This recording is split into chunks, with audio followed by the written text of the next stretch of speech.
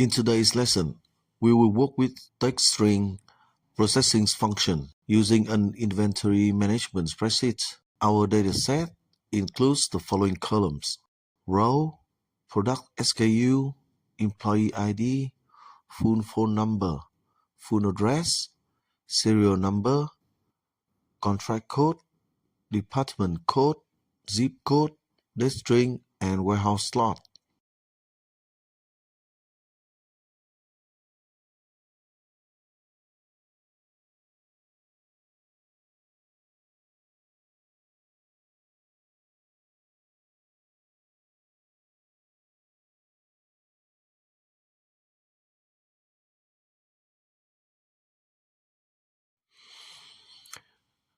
In the first task, we will extract the category name from the product SKU. In this case, the category name is defined as the first 4 characters of the product SKU.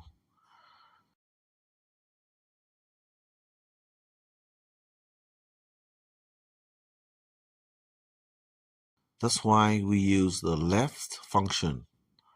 The first argument is the cell containing the product SKU, and the second argument is the number of the characters to extract, which is 4. So we got the result returns the first 4 characters of the SKU.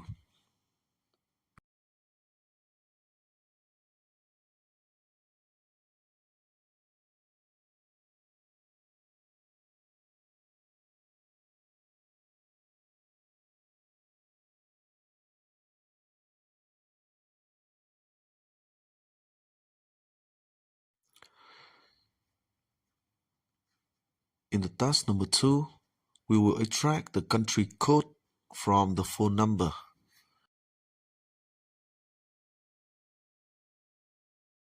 The country code is the first 2 digits before the first dash.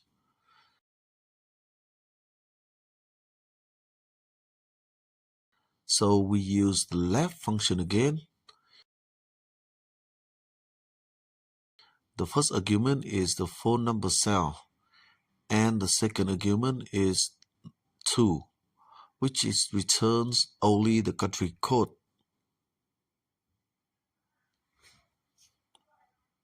And finally, we got the correct result.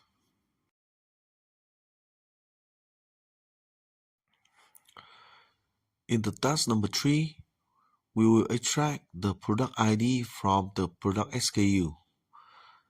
You can see the product ID is defined as the last 4 characters of the SKU.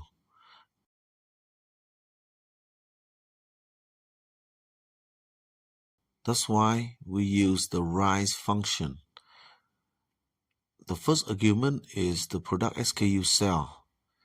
The second argument is 4.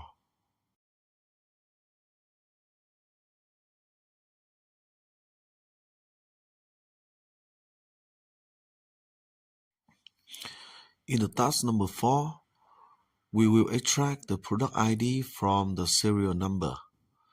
The product ID, you can see, is the last character in the serial number string. That's why we use the rise function.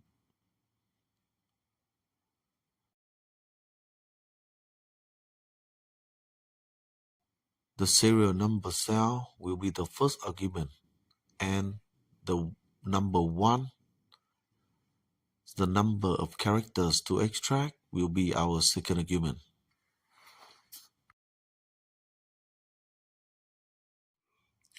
In the task number 5, we will extract the country code from the zip code.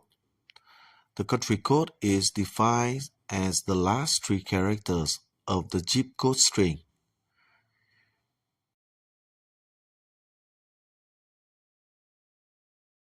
So we use the rise function, where the first argument is the zip code cell. The second argument is 3.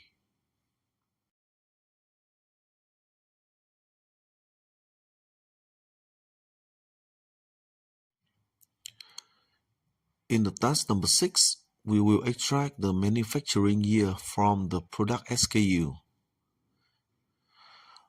Each product SKU consists of the first 4 characters as the category. The 5th character is the dash, and the characters from the number 6 to number 9 representing the manufacturing year is in the middle of the text string of the SKU. That's why we use the mid function.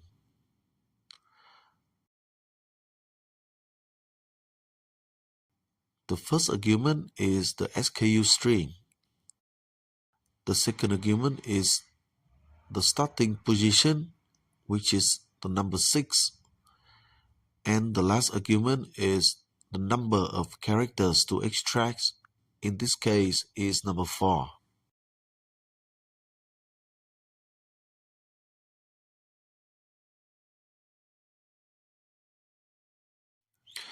In the task number 7, we extract the department code from the employee's batch ID. The department code is the 4-character substring located in the middle of the employee IDs. That's why we use the mid function.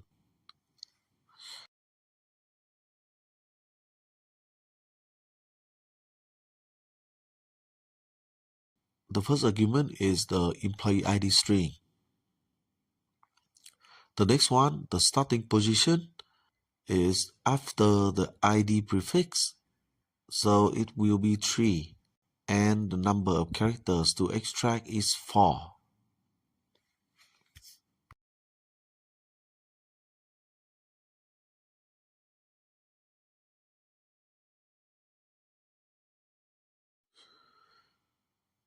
In the task number 8, we will extract the warehouse positions, such as top, mid, or bot. So this information is stored as the last 3 characters of the warehouse slot string.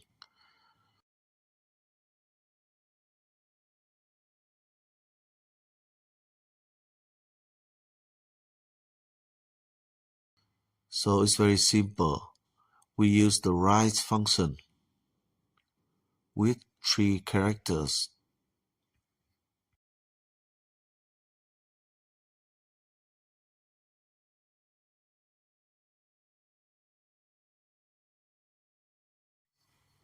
In the task number 9, we are going to use the mid function to extract the month and day from a date string that is currently formatted as a number.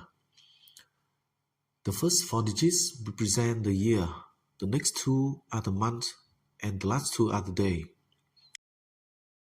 First, I will create 2 columns for the month and day so we can extract that information from the string. We can see that the month is located in the middle of the string, specifically at the 5th and the 6th characters. So I will use the mid function.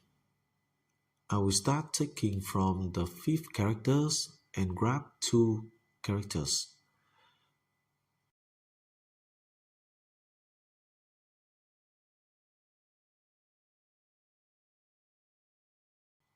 As for the day, it consists of the last 2 characters in our date string.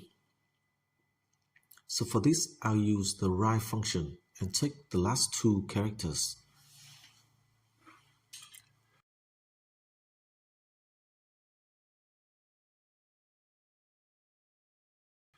As you can see, when we check it, the function is working correctly.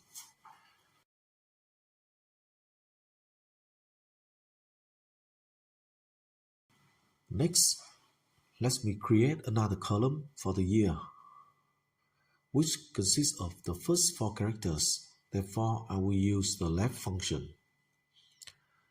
The first argument will of course be our date string. The second argument is the number of characters. I will select 4 here. So we have obtained the year.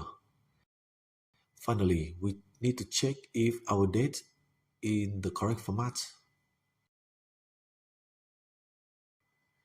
You notice that if I add 31 days, our string result in January 32, which is incorrect.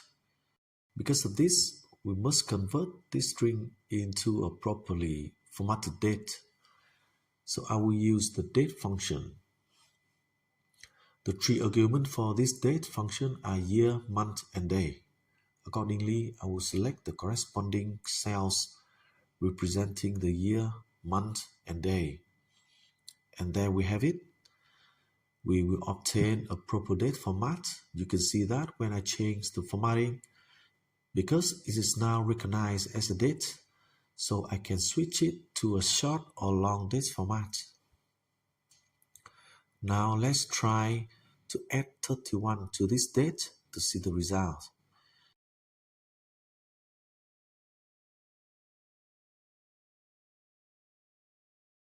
And you can see the result is February the 1st, which is exactly 31 days from January the 1st. This means our function has successfully converted a string that was just a numeric value into a specific formatted date. Now I'm going to rewrite the formula by combining everything. I will rewrite the function to convert from a text string directly into the correct date format. I don't need to create 3 intermediate columns. I only created those 3 columns to explain the process and show you how it works.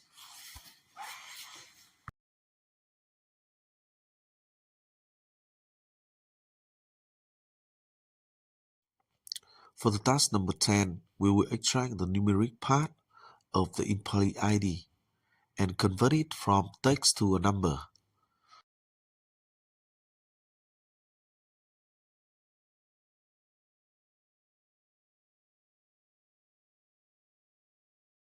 First, we extract the last 3 characters using the rise function.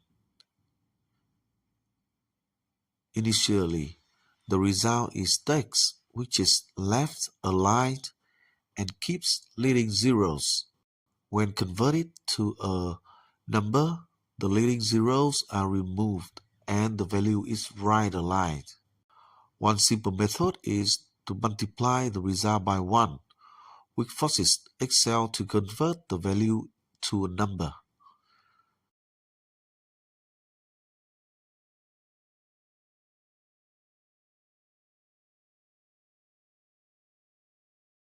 Another method is we use the value function. We convert the text result into a numeric value.